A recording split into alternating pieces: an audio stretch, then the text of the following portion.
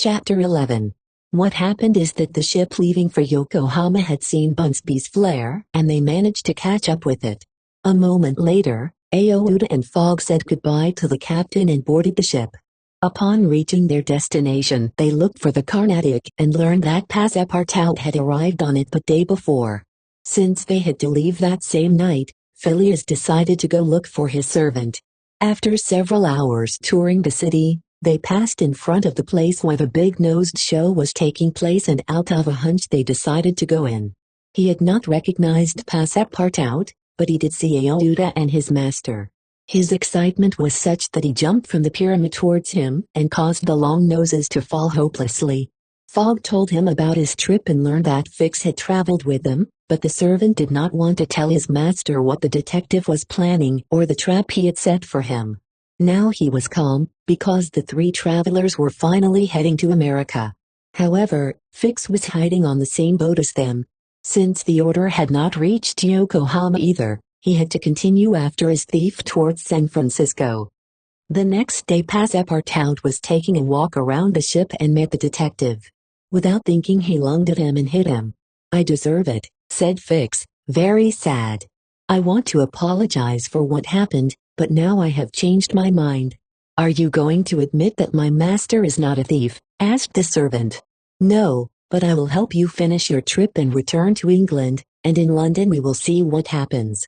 They finally arrived in America. The next day they had to take a train to New York, so they had time to take a walk. Passepartout went to buy some things, while Fogg and Aouda walked nearby. Later Phileas met Fix, who did not stop following him, so he joined the couple's walk. Then they met Passepartout at the station and boarded the train leaving for Nye. The next day, in the afternoon, the locomotive stopped, but there was no station nearby. Passepartout offered to go see what was happening. Outside, the driver was arguing with one of his companions. "We can't pass, the bridge will not withstand the weight of the train and it will collapse. They will have to walk through the snow to the next station."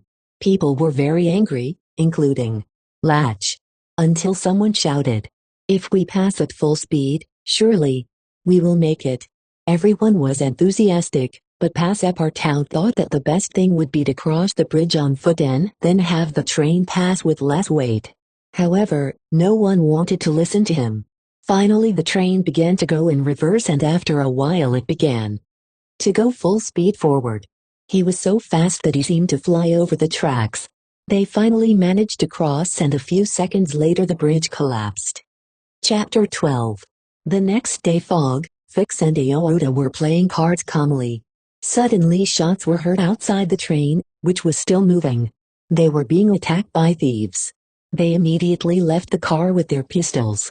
There were many men who shot at the train to stop it and rob the passengers. However, Passepartout took out his other weapons and gave one to Fix and another to Aouda, who showed herself brave to defend the train. Everyone screamed and ran in fear, but many fought against the criminals. The important thing was to stop the train until the next station, where there were soldiers and police, but the driver was injured. And the only way to stop it was to put on the brake, which was under the locomotive. Fogg offered to do it, but Passepartout did not allow it, and it was he who bravely left the carriage and got under the train. The servant managed to stop him, and when they were near the station, the officers heard the shots and came out to help them. Everyone was safe, although some had been injured. Fogg, Fix and Aouda were unharmed, but Passepartout and 3 other passengers were missing. Phileas would not leave without his friend, so he decided to look for him, even if it took time, and he lost the bet. He then went to one of the police chiefs, but he did not want to help him, because he had to stay in charge of all the passengers and his people. This angered Fogg, who decided to go find Passepartout without the help of authorities. Then Fogg asked Fix to stay at the station in the care of Aouda, because if anything happened to him, she would have to get to Holland at all costs. Safe and sound. Although the detective hesitated for a moment, since he would lose sight of his thief, he accepted. He later regretted it, as he thought that maybe she would run away. A few hours later the train was ready to continue on its way. The wounded were returned to New York, where they would be better cared for. Aouda begged them not to leave without Phileas and Passepartout, but he could not convince them. Finally the detective and the woman stayed at the station in the hope of meeting Fogg and his servant again. Thus they spent the night and the morning of the next day, while the snow fell.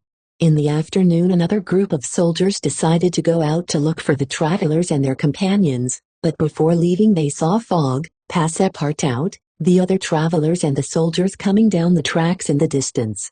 They had bravely faced the robbers and escaped safely. Aouda did not hesitate to run into Fogg's arms when see him alive. Then Passepartout asked, very worried, and the train? He's gone, replied Fix. The next one will happen at night. Very well, Phileas said very calmly.